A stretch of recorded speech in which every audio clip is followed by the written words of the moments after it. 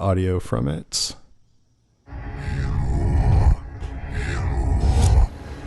Do you ever feel alone? Does it seem like no one really understands you? Do some people just make you sick? It's all these like bald evil clowns Are you afraid? reaching their hands like- out. The Charlie Manson or Charles Yeah. Manson, like, you know, Yeah. join my group call. Want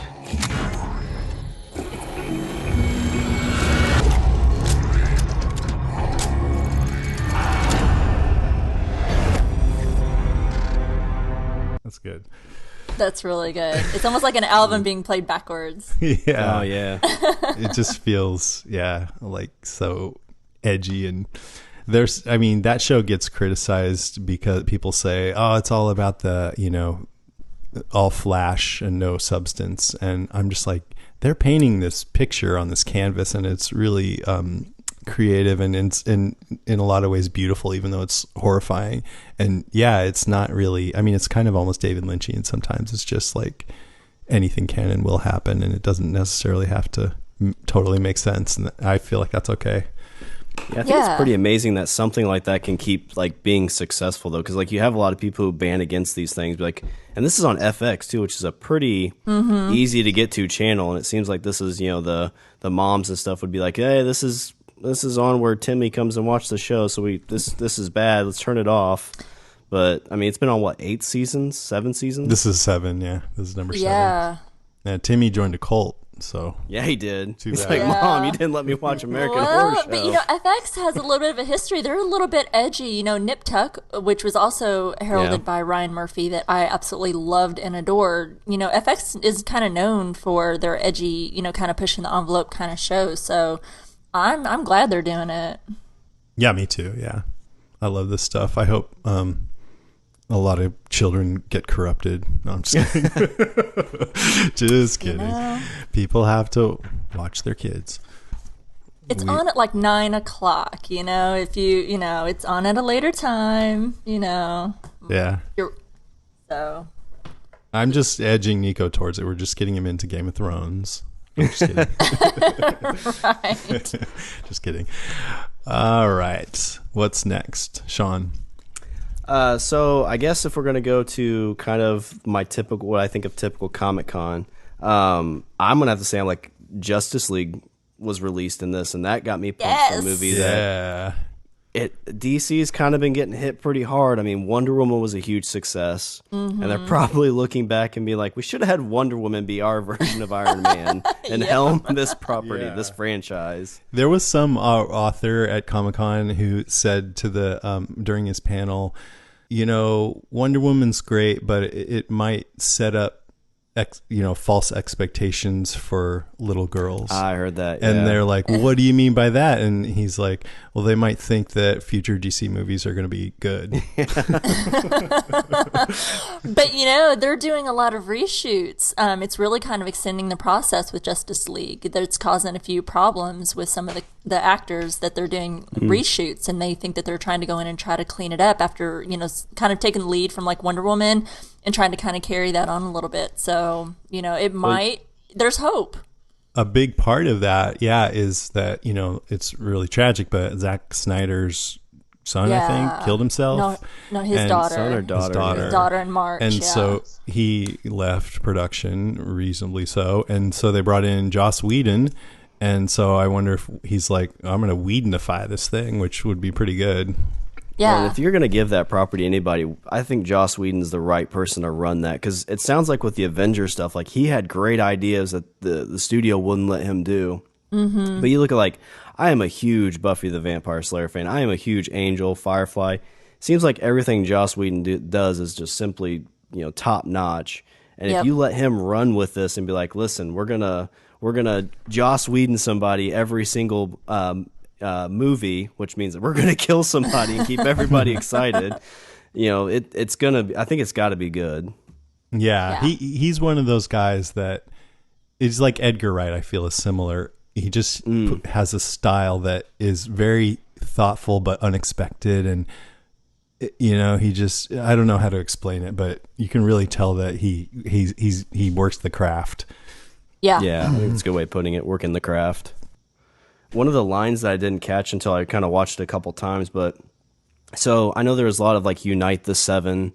You know, there's 7 members of the Justice League, and we've only really been seeing 5 of them in a lot of the trailers. Who? And we know the Flash, 6th one was Batman, Wonder Woman, Cyborg, Wonder Woman. Aquaman. and Aquaman. Mr. Carl cannot- Drago. Yeah, you can't forget Aquaman. Come on. he was badass. Yeah. Jason Momoa is a specimen. He's been like carved from like Oh my God's God. hands himself. Like if there's one person I wish I could be, it'd be Jason Momoa. I wish you were. Yeah, this episode would be huge. What I love about Jason Momoa is recently talking about, like, I can't remember who he's married to. It was his Lisa wife was Bonet. yeah, she was on the Cosby Show, right? Yeah. Yep. Okay. And Making he was us feel talking. old, Sean, but that's okay.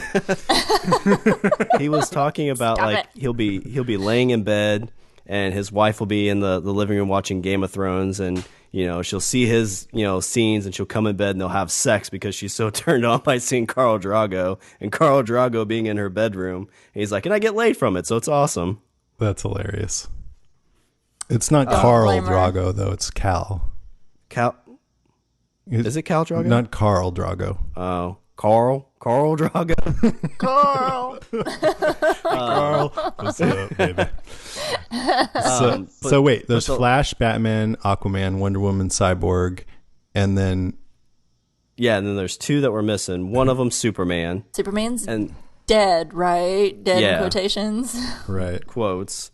But the other one I couldn't think about until I finally heard this line is you're hearing I believe it's the bad guy talking. It's a Wolf something, I think is who they're saying it might be. I can't remember the full name of him, but you hear him say something of like this Steppenwolf. world has Steppenwolf. Thank yeah. you. He's saying something along the lines of like this world has no protectors. There's no lanterns or Kryptonian. All right. So the one we're missing somewhere is the Green Lantern. Awesome. Which I that's why I'm kind of curious is who Alfred's talking to is is it Superman coming back, which probably might be, or is it the Lantern coming to kind of save the day? Yeah, because the death of Superman is a huge event in the comics in the 90s. Died, came back to life like Jesus Christ or something. And so I think that was sort of a play on that at the end of Batman versus Superman. Oops. Spoilers. Anyways, but I kind of hope he comes back early on in the movie because I want to see him interact with everybody and not have it be towards the end. So maybe a Green Lantern at the end, but I'd love to see Green Lantern a lot too. So I don't know. Yeah, it'd be super cool. It's one of those things like if they don't bring Superman back early, like you're gonna be waiting for it the whole movie. Yeah. And then if they do it like right at the end, like okay, well I've been waiting for this for Right. an hour 45. All right, well, this is a selling point for the next one. Quick would be good. I mean, so I watched the trailer a couple times. I thought it was awesome. Opening up with Wonder Woman was great. Flash seemed a little anemic. I mean, they have to differentiate him from the other heroes, but he's like, it's great. You guys are ready for battle. I usually just run away. I mean, They seem to be kind of like using him as the Spider-Man version. Like, yeah. Marvel has Spider-Man, who's Right. kind of the newer superhero, getting his feet under himself, and that's what they're kind of doing with Flash. It seems. Absolutely. But Yeah. what I thought was the biggest, I mean, Aquaman just looks fantastic. And I think they told Momoa, just be yourself.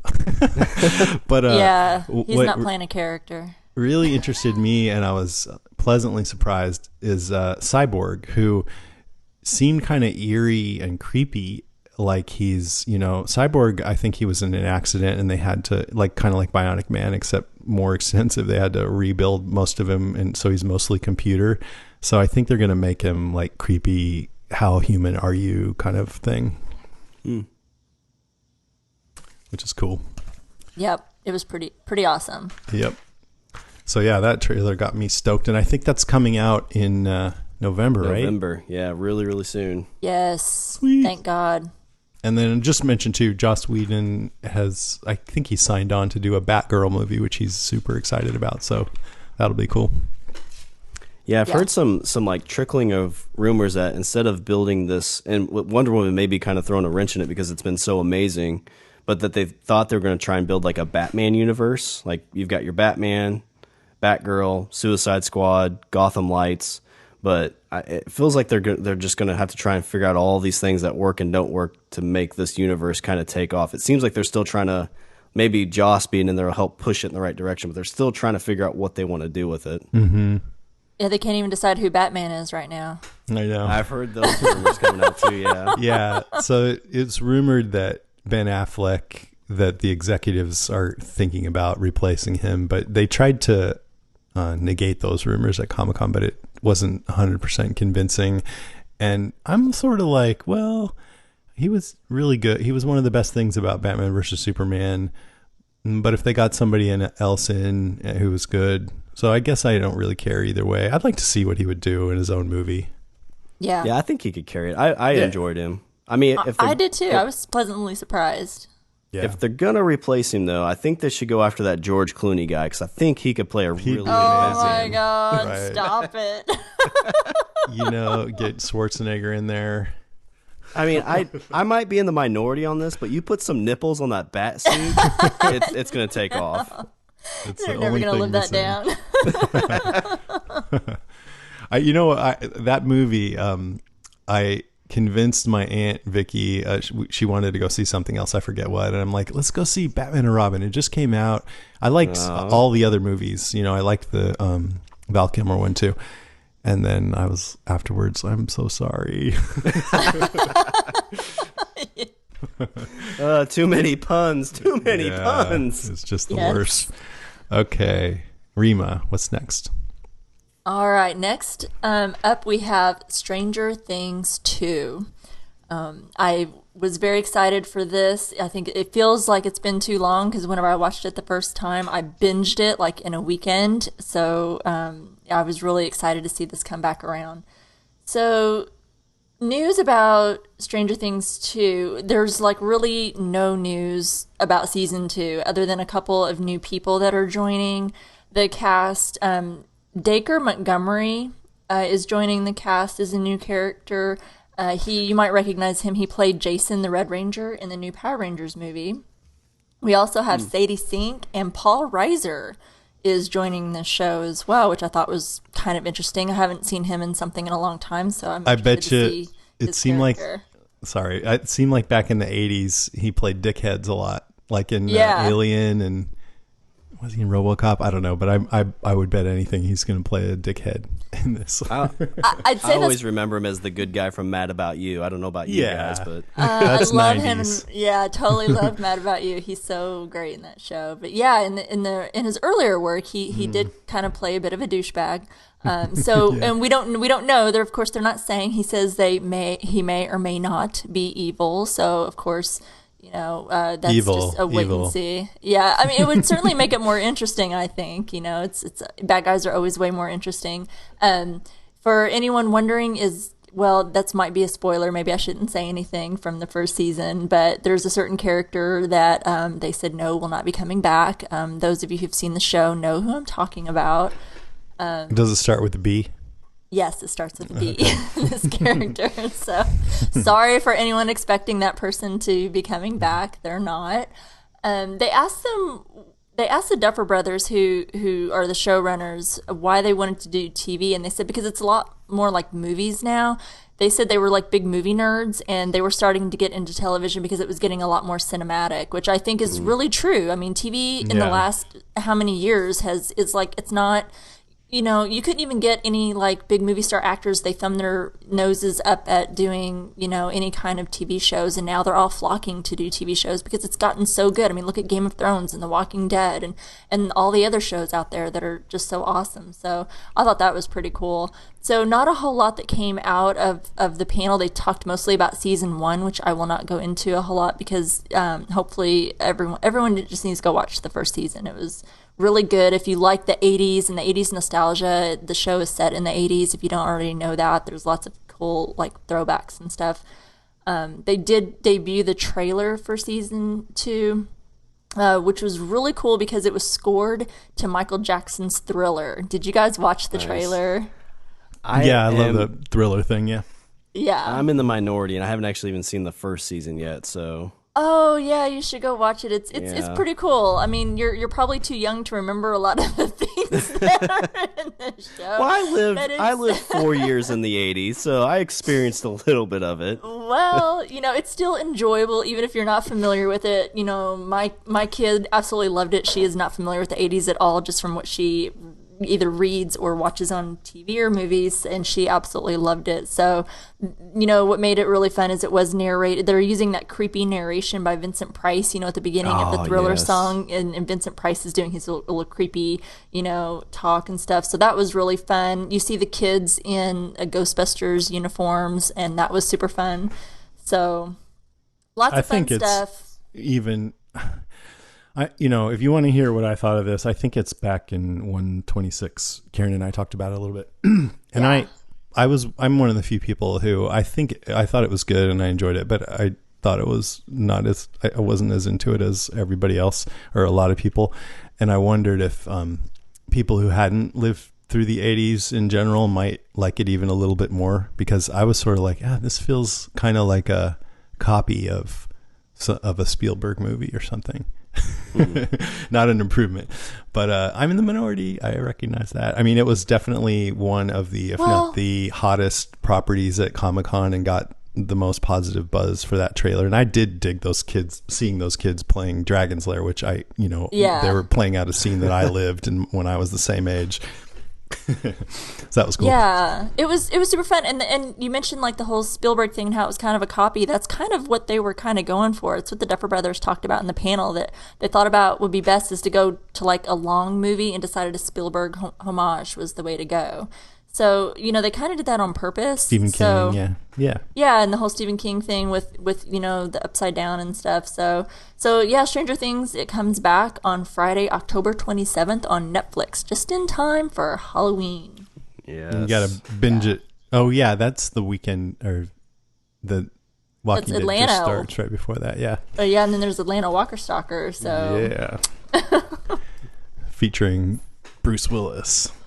Who I found out I don't get to moderate his panel. He doesn't need to moderate. You do mean Bruce Campbell, right? Not Bruce Willis. Oh yeah. I was gonna say. I was wondering that reaction. I was like, that was a weird reaction. Dead. Bruce Willis. I mean, he was in a zombie movie, kind of, with what the hell was that? Grindhouse picture back in the day. Yeah. Alien Terror, Planet Terror. Planet Terror. Yeah. Yeah, that was a good one. With Rose McGowan with her machine gun leg. Yeah. All right, cool. Let's see. I'm going to talk about Doctor Who a little bit. I don't know if this is Comic-Con, but it came out recently that the new Doctor is going to be a woman, and it's Jodie Whittaker. So Peter Capaldi will be wrapping up his run with this year's Christmas special. And Jodie Whittaker was in Broadchurch, which is this acclaimed BBC show that I have never seen, but I hear it's good. And David Tennant was on it, and it was headed up by this guy Chris Chibnall, who's moving over to take over on Doctor Who. Chibnall says, quote, "Her audition for the Doctor simply blew us all away. Jodie is an in-demand, funny, inspiring, super smart force of nature, and will bring loads of wit, strength, and warmth to the role. The 13th Doctor is on her way." I think it's fantastic. Are they going to make the companion a male, or is it going to be a female in this one too? Well, Doctor Who traditionally has male and female companions. Okay. So I think it could be either. I'm sure. I don't know if they've said yet. But I mean, I'm like I am when any new Doctor comes, because I'm a big fan of Doctor Who, and anytime they switch out the Doctor, I've had enough time to really like the guy, because they've all been great, and I'm like, oh, is this new one going to be any good? How can they compare? And I feel the same way. It's not because she's a woman, but I'm like, well, I hope she's good, and I do hope she's good, especially because she is a woman, and I really want her to succeed. Yep. And then they're doing this Christmas special for Peter Capaldi's last episode as the Doctor, and it's a crossover with the first Doctor, because they're time travelers and they can do that. And he was the Doctor from 1963 to 65, played by William Hartnell, but now he's going to be played by David Bradley, who's also known as Walder Frey on Game of Thrones. Oh, super cool. In the Christmas special. So that's what's new with Doctor Who. Anything else? Sean, you have another one, right? Well, the only thing I still kind of had was just the Game of Thrones, which we've kind of touched on a little bit. I didn't really see much of the news specifically, except for the trailer for episode 2 they showed. They were pretty tight-lipped, right? Because they're right in the middle of the season. Yeah. Yep. Which seems kind of awkward for them that, like, the biggest, like, hurrah for Comic-Con is, right in the middle of their season. And actually, sorry, it just clicked in my head because it wasn't out on the internet, but I did see a camera shot of Infinity Wars trailer, which isn't out yet. Oh, I didn't get to see that. Was it good? It's, I don't know if you want me to spoil any of it because it might be nice to see, but I mean, How about just one or two? So the beginning of it, you see the Guardians, which huge fan of the Guardians. Yeah. And it's Nice. cool to think about them interacting with all the heroes and stuff. Finally. Well, and the first thing you see is Thor smack their windshield like a bug. And so they bring him in and he's alive because he's, Thor. And, seeing those two groups or seeing that group and him interact was just kind of like, oh, this doesn't seem right. Like these two should not be interacting. But you had a lot of that sense, like you see like this character with this character. And, they've never interacted before, so it was just kind of like shaking your world to its core. I was just thinking about the last con I did. There was a panel at the very end with Sean Gunn, who played Kraglin, right? And Chris, I forgot his last name, but he played Taserface. And, Yeah. they were hilarious. It was the best panel of the weekend. They were just like riffing off of each other and dancing on stage. And anyway, I didn't know this, but Sean Gunn also on set plays Rocket, because they have to have someone. Oh, yeah. I think I like heard a stand-in, yeah. Yeah. And so he's continued to do that for for Avengers Infinity War. So I'm like, oh, that's so cool. We get to do that. Nice. Because he does like all the lines in character too, if I remember Yeah, hearing I it think so, correctly. Yeah, I think he does. The only Super weird cool. thing, I mean, it's just kind of a little tangent on Marvel at this point, but like I don't understand why they didn't just release that, because their big Disney Expo is like 2 weeks before Comic-Con now. So they've shown it at their big thing. They show it to the group in Hall H at Comic-Con. Why not release it? Like, why do I have to watch this from a camera hidden behind some dude's head? Why not just release it right away? Because they're teases. Yeah. Well, they're probably waiting for like DC to release like their next trailer for something, and they'll be like, "Aha! Guess what we got?" We're one-upping you. Yeah, exactly. I think they're withholding because they want us to want it. That's what I think. Jeez. Yeah, exactly. All that foreplay you were talking about. 5 years of I foreplay. know. It's because we really want it. And someone else who saw it gets to brag about it, and you're like, screw you, man. Tell us what it's like. Hey, Yeah, what was it like? is it like what I've read on the internet? Better. It was so good. I can't explain it. They were raccoons. Like warm apple pie. All right. What's next? So the next one that I have, and these were, of course, in no particular order after Wonder Woman anyway, Legion. Woo! Yes, we are big fans of Legion in our neck of the woods. So I was really excited to see Noah Hawley there and all of the people from the show. Or most of them, not everyone was there. But if you're a fan of Marvel, even if you're not a fan of Marvel or familiar with X-Men and that whole universe, it really is a super cool show. It's a little bit trippy. There's a love story. There's some great action. There's some just, really great effects. The music. There are so many great elements of this show. And Noah Hawley is an absolute genius. So I would really love for everyone, if you have the time, pick up the show. The next season doesn't start until 2018. We will get 10 episodes in season 2 instead of 8. That's all that we got in the first one. there was no trailer or anything that was released. They haven't even started shooting for the show yet. Noah Hawley, who is also, if you're not familiar, does Fargo. Jason, I know that you're a big fan of that show. Yeah, we were just talking about, Sean was saying how, big actors do TV now. Was that Sean or Rima? I forget. I think Rima was the one that said that. Yeah. And sorry. And that's a good example because season 3 of that show, well, season 1 had Billy Bob Thornton, and now is Ewan McGregor, who plays him, 2 characters that are brothers. And I just started watching that, and it's really good. And Kirsten Dunst was in season 2. Yeah, I got to get caught up on Fargo. I've heard so many good things. But so a little bit of news that did come out. There is a new character being introduced. I won't say too much about him because, like I said, if you haven't seen any of season 1, all of this that I have here is pretty much going to give things away. But Saeed Taghmaoui, and I know I'm totally butchering his name, so I apologize. He was in Wonder Woman. He played Samir in Wonder Woman. I don't know if you guys remember that character at all in Wonder Woman, but he was in there. He's going to be in the show for season 2, playing a pivotal character that I think is going to be very, very interesting in seeing Bad guy. Yeah, I'm not going to say anything else, but I know you know. But, so yeah, I'm really looking forward. I think he's a really fascinating kind of person. I'm interested to see what he does with that character. So yeah, Legion, looking forward to that one.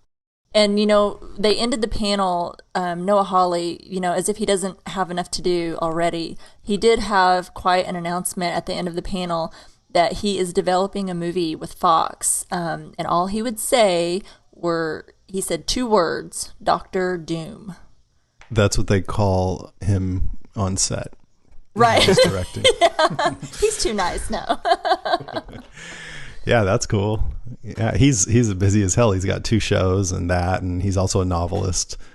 I don't know where he finds the time for all this stuff. He's just, he's just announced this at the end of that panel there at Comic-Con. He's doing Legion. He's doing Fargo. He's also announced that project that he's doing with Robert Kirkman and Skybound for, FX, that crime drama or whatever. Crazy, so, man. I mean, how does he sleep? And you really don't need to know anything at all about X-Men or any of the other Marvel properties. No. Like Noah Hawley doesn't want you to feel like you need to know. In fact, even if you did know, it probably wouldn't help at all. But I will say that I read they're trying to figure out a way to bring Professor X into it. So that would be pretty cool. Yes. Mm-hmm. All right. I got a few, but I'll just go through them quick. The one kind of, I guess, disparaging one that I'll go ahead and talk about is Marvel Inhumans, which I think it's kind of a spinoff from S.H.I.E.L.D. I know they had storylines with Inhumans and S.H.I.E.L.D., and they're basically just people that got powers because they inhaled this Terrigian mist, I think. Anyways. Yeah, it's supposed to be like the way they can use mutants without using mutants. Yeah. I think is the idea. And the trailer, the general consensus is that it had kind of cheesy costumes and bad CGI. And Oh, no. Which part of the CGI on that? I mean, I didn't. Was it I mean, I saw there was a cute puppy dog in it. I mean, that couldn't be the CGI you're talking about, right?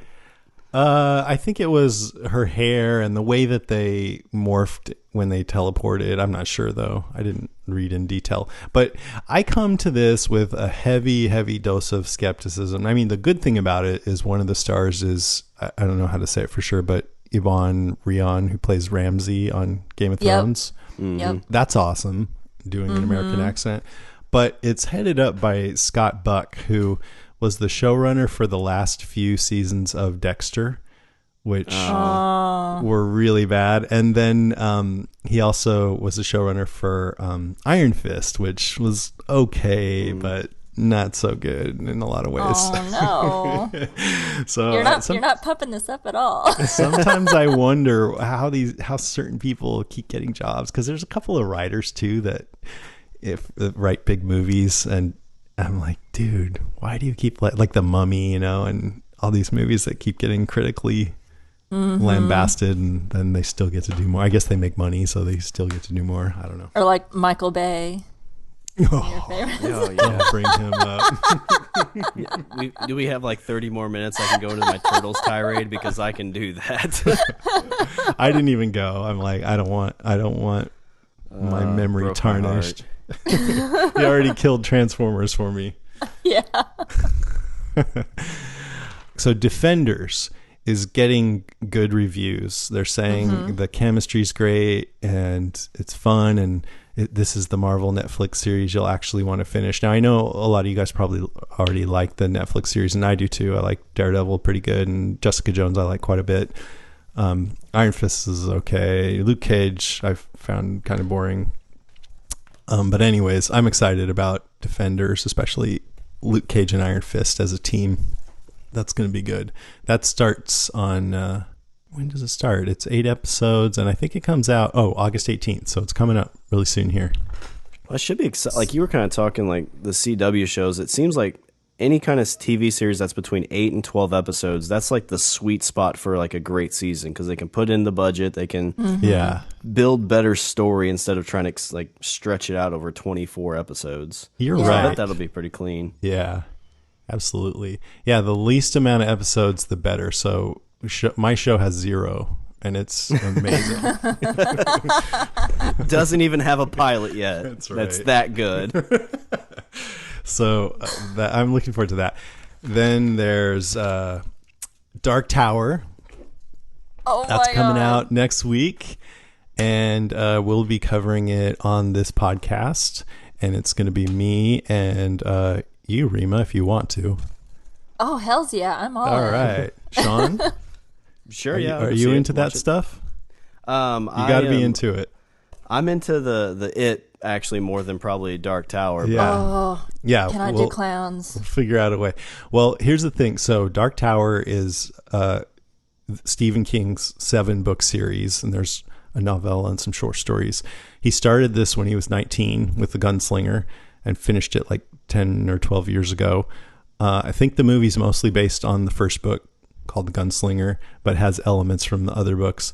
The Gunslinger is this, it feels like a classic cowboy style Western, but then all of a sudden this player piano starts playing Hey Jude by the Beatles, and you're like, what's going on? Things from our world seeping in, and it just turns into this crazy interdimensional kind of a epic story. Supernatural. Yeah. And it connects many or most of Stephen King's other books. So you see characters popping in and out, or in the other books, the gunslinger will appear in a dream or something like that. Yeah. I think like, isn't there a turtle in there somewhere? Because I think that's how they Yeah. tie the It universe, is that It and the turtle have their conflict.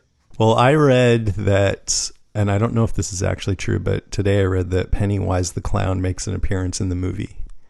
Oh, really? Yeah. That's Yeah, awesome. I don't Isn't know it?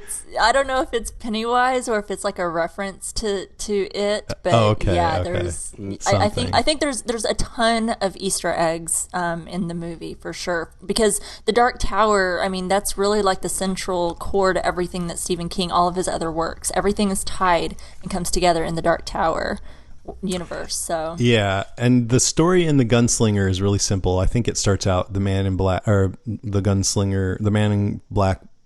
went across the desert and the gunslinger followed, or something like that.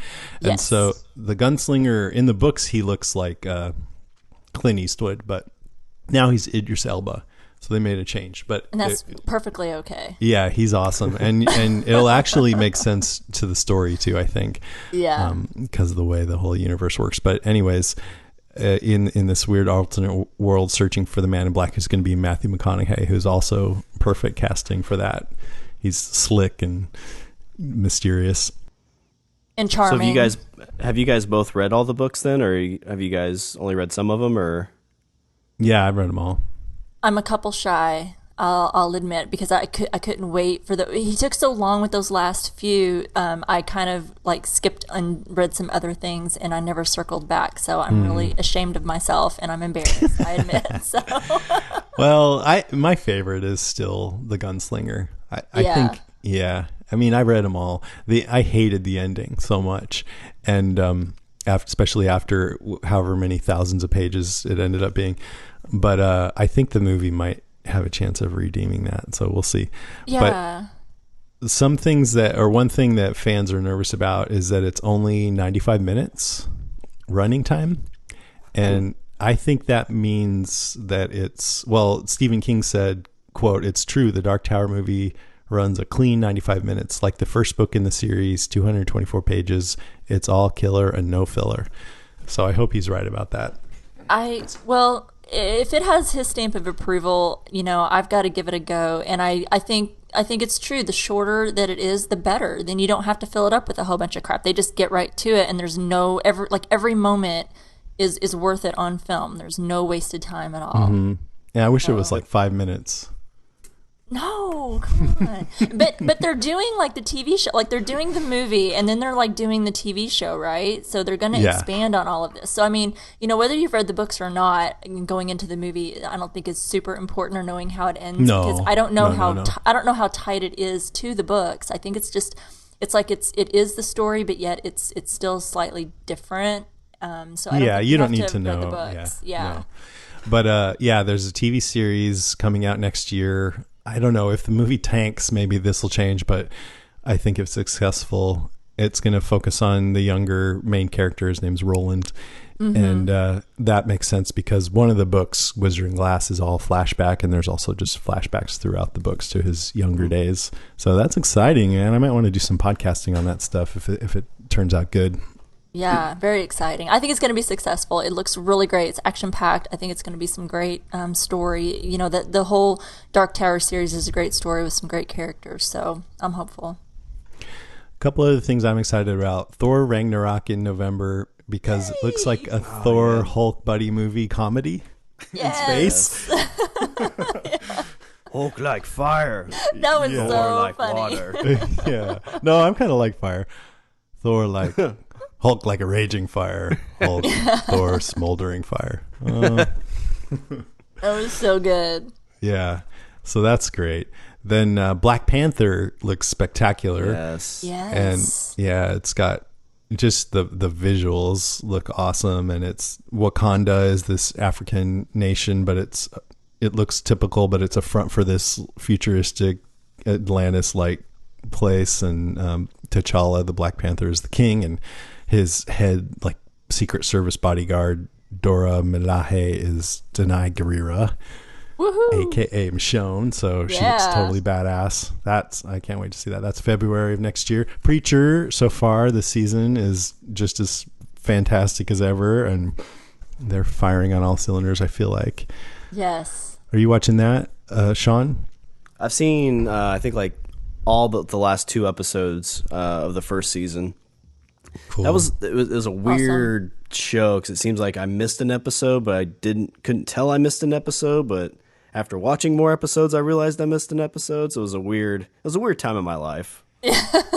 Yeah, that's a tough one with that show because in my experience, the first 4 episodes or so, I really couldn't get a handle on what the hell was going on. I was enjoying it, but I couldn't really get it, and then it started to click in. So I can imagine if you have that plus you missed one, you're kind of fucked. Totally. But so good. Yeah. So then the last one I wanted to mention is 2 more. The Orville is the Seth MacFarlane Star Trek parody. Mm-hmm. That looks hilarious. Pretty good. It's a drama comedy, so I got to check that one out. And then there's the actual thing, Star Trek Discovery, I'll say, and it's set roughly 10 years before the events of the original Star Trek series, and it stars Sonequa Martin Green. We've got John Bernthal as Punisher, Denai Guerrera in Black Panther, and Sonequa Martin Green as the main star in Star Trek. So that's pretty cool. We need Stephen Yeun to become Spider-Man or something. Right. So I don't know. The previews on this, they look cool, but they're not like getting me totally pumped up for it or anything. But I'm still hopeful that it'll be good, for Star Trek. Yep. Are you guys more of Trekkies or more Star Wars fans, or you just like both of them in general? I'm more Star Wars, but I like both. Yeah, I'm the same. I think the scale is tipped a little bit more in Star Wars, but I do love Star Trek too. Okay. Yeah, I'm in the same boat. And I think Star Trek is best when it's on TV. And they can do long form, more thoughtful storytelling. Yep. So that's why I'm excited about this. So that comes out on September 24th on CBS. And then they're kicking it over to CBS All Access, which requires a subscription. So that kind of sucks, but I'm going to watch it. 15 episodes split into 2 half seasons like Walking Dead. Interesting. So that is all I have. And if there's anything else that you guys listening, you're like, hey, why didn't you talk about that, or anything you're excited about, let us know. About our sponsor, and that is Fracture. Fracture, you probably noticed they sponsor a lot of our podcasts, and I'm really grateful because they're awesome. And I think that probably means that you guys think so too, or else they wouldn't want to keep coming back. But just in case you don't know, what a Fracture is it's your photos printed on this pane of glass in really nice, vivid color. And they look really good. And it's just really, it's easy to get, for one thing. You just upload it and then they deliver it. But it's easy to put up too. So it's such a simple way to get your photos up as part of your decor without really having to do very much at all. And it looks just as good, or it looks better than any other way of doing it. So right now they're doing a sale. I've mentioned before, it's a summer sale, and you can save 20% all the way through August 2nd, which is coming up pretty soon here, but you have a couple of days. This is the biggest discount they'll have all year, except possibly Black Friday, but they haven't committed yet. So it would be good to get in on it now. Usually we get a 10% discount for you guys, but this is 20%. So at checkout, you use the code Summer Sale to get that. And I know both of you guys have gotten Fractures. Is that right? I kind of badgered Rima into getting one because she couldn't decide. Like, do you want to get back on the podcast? You got to get a Fracture. I was blackmailed. It wasn't because you didn't want it, right? No, it wasn't because I didn't want one. I mean, obviously I listen to the podcast a lot. I'm very familiar with Fracture. I've been on the website. My whole problem is just making that decision. It's probably something I'm sure everyone struggles with, is just making the decision, know, what to print. So, yeah. So what'd you pick? Can you say? Yeah, I can say. So after going... That sounded a little suggestive. Sorry. Well, no, it's nothing. It's nothing I can show publicly at all. Some tasteful pictures, nothing bad. No, of course not. There's no nudity involved at all. So it's a picture that was taken of my daughter and myself last year in Vegas, and this was a really special moment. For me, it was my birthday. It was my first trip to Vegas, and we were there for the Guns N' Roses reunion concert. So it was a total trifecta moment for me. And we were in Caesar's Palace, as one is when you are in Vegas. And we had a picture taken in front of one of the fountains. So that's the one that I chose out of, the few that I have. I don't take many photographs. I'm not a photogenic kind of person, so I honestly do not have very many photos of myself. And I thought, if I'm going to have this printed, I'm going to have one with myself and my daughter, and that's the one that I chose. It was so easy to do. I'm really excited to get it. I haven't got it yet because I just ordered it like a couple days ago. But it was super easy, and I am not a stranger to online shopping. So it was super easy to upload the picture and get it ordered, and I'm really excited. And if people want to see it, I'll share it. If you ask really nicely, I'll put it out there. Is Rima photogenic? I'd say so, yeah. Yeah, I'd say so. Nope. What about you? You got one too, you were mentioning before the podcast. Yeah, so about 15 months ago, like I said, we had our first son, and Mother's Day was about a month or two after, and you can print out pictures and put them in frames, and those are cool, those are awesome. You can hang them up somewhere. They end up finding their way probably in a drawer or something like that. But with these, it was something very much unique. It was, they open up, it was like, oh, it's a picture, and then they pick it up like, oh my gosh, it's a picture on glass. This is amazing. So what I did for my both sides, my mother-in-law and my mother, is I got the first picture of them holding their grandchild and gave them to them for Mother's Day. Awesome. So yeah, so my mom's is we were at the hospital for 20 plus hours, and so they had slept at the hospital, and her holding my son, she's been sleeping on a waiting room hospital couch, so she's looks a little rough, but you can still see the light in her eyes and everything. Oh my gosh, this was totally worth it. Aw, that's so sweet. That's awesome. All right, well, that's great, because that's Fracture's all about your just personal moments and things like that. So that's really nice to hear, and I know people appreciate that as gifts. So if you want to get one yourself, go to fractureme.com/podcast and choose the Walking Dead cast. That's fractureme.com/podcast and choose Walking Dead cast. Then you can still use that summer sale, all one word, at checkout for a 20% discount. And we have a link to that in our show notes, or if you go in your podcast app, you'll see it too. So that's it for Fracture. Thank you so much. Thanks, Fracture. Now it's time for listener moans, groans, and grunts. I got Game of Thrones on the mind. That's a Ravens call.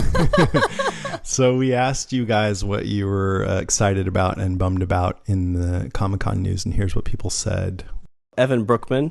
I'm hopeful for Justice League. I was initially very worried DC would botch another property. It could still end up being a mess, but at this point, color me intrigued. On a separate note, finally got a chance to see Wonder Woman today. It's pretty easily my second favorite DC movie, trailing slightly behind the Heath Ledger Joker movie. Nice. Oh, wait, that was one of the Batman movies that Heath Ledger's Joker saved. I would totally agree. Evan. Absolutely. Absolutely. Me too. Yes. Yeah, absolutely. Jason Borlett says, Justice League looks better. Still not sure about it, but I am less worried that it's a total nightmare. Marvel gets all my money. Doctor Doom is very exciting, a great character, and a great content created. Can't wait. Awesome. Yeah. Me too. Matt Whitehurst says, I'm actually interested in the Flashpoint movie adaptation. The Flash's origin story hasn't been told on the big screen, but with Flashpoint, it might be cool. Even cooler from the story is that some Walking Dead actor might be able to wear a super suit in Flashpoint. So that's a piece of news that we didn't talk about, but the next email talks about it.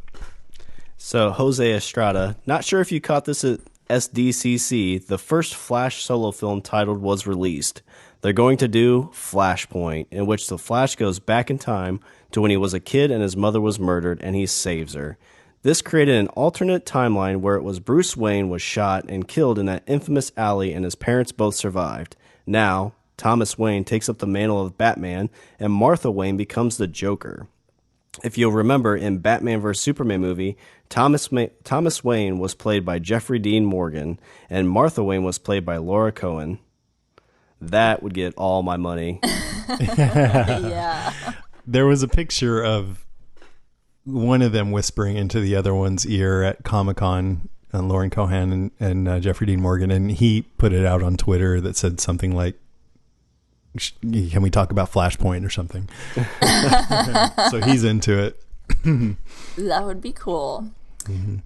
John Benz says, anyone else feel like the Fear the Walking Dead teaser was amazing and The Walking Dead was just meh? I'm excited for both to come back, but I continue to be impressed with Fear the Walking Dead. Speaking of post-apocalyptic worlds, I wonder if they'll ever make an adaptation of the Silo book series. Just read the first one in the series. Highly recommend. I never heard of it, but John seems like a discerning kind of a guy because I met him a couple of times, so I'm intrigued. Yeah. Yeah. I thought the Walking Dead teaser was better. I did too. Right after I called him discerning, I'm like, I would agree with him though. I think the Fear the Walking Dead got me a little bit more pumped than the Walking Dead one. Cool. Yeah, so I'm on John's side. Oh, good. It's evened out. Chuck DeForce says, I'm more excited about Fear the Walking Dead than The Walking Dead. Oh, now it's lopsided. All Out War was one of the best arcs in the comic. I guess The Walking Dead is just showing its age. Fear looks effing awesome. Very excited about it. And how about that Westworld preview? Wow, I can't wait for that. I'd love to hear you do a show on that when it comes back. See, there's one vote already. One vote. Tell him you gotta, Chuck. You gotta get on Patreon. That's gonna tip the scales. Jason and Gary. Tell him Remus sent you. All right, so Nick Archer, the Justice League trailer was surprisingly good. I seem to be one of the very few on the side of The Walking Dead, which is a shame. You can tell by the trailer that they were excited for Season 8. Scott and Andrew Lincoln more than anybody else, I imagine. All Out War has some storytelling gold to mine. It looks like it's shaping up to be one giant apology for Season 7. I've already forgiven them. I love that last line. Yeah, that's very funny. Jose Estrada says, The Walking Dead still gets me pumped. I've invested so much into these characters, and I'm still excited to see where they go this coming year. Awesome. I'm with you, yeah. Eric Sherman says, I'm bummed, mostly because I farted and poop squirted out. Just kidding. But that bit at the end of the Walking Dead trailer has me pretty excited.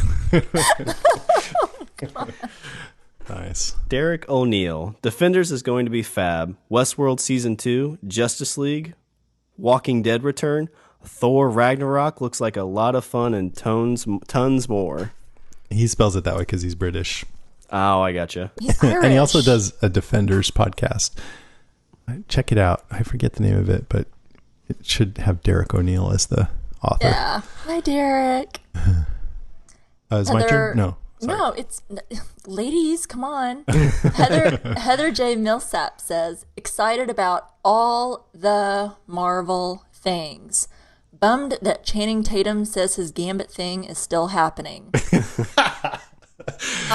I'm with you, Heather. I love Heather. Yes. You're with her on that? Really? I'm with her on that. I want Gambit. I don't want Channing Tatum. Yeah. He's fine, but he's no Gambit. Come on. Exactly. Heather is one of the Walker Stalker photographers, and I love her. She's great. Lara Willie Swink says, LOL, nobody I know wants him to play Gambit. Yep. Is it Ron Reynolds? I think so. The return of the Upside Down, Justice League, and Marvel. Also new Young Justice. That's cool. Yeah, me and Nico watch Young Justice together. AD Stout says, Stranger Things Season 2! Exclamation point. Lots of exclamation points. Joe Midzi says, DuckTales will include Darkwing and Young Justice returns with Static on board. Yes, I didn't see anything of it, but Darkwing Duck, yes. I love Darkwing Duck. Back to my 90s. Oh, yeah. Let's get dangerous. Let's see. Jesse White, all in capitals. Infinity War trailer, exclamation, lot more exclamations. I haven't seen that. I haven't either. Ben Beck says 3 words. Ready Player One. Yeah. I hope that's good. Exciting. I hope so. Looks cool. I want someone who is gonna, keep to themselves. Well, no. I mean, I want to be able to talk to him, but I don't want Simon, that's for sure. All right, that's good. If you want to give us a call, you can, of course, reach us at 650-485-DEAD. That's 650-485-3323. You can email us at brains@podcastica.com. You can find us on the web at facebook.com/deadcast. Be sure to check out all our other shows at podcast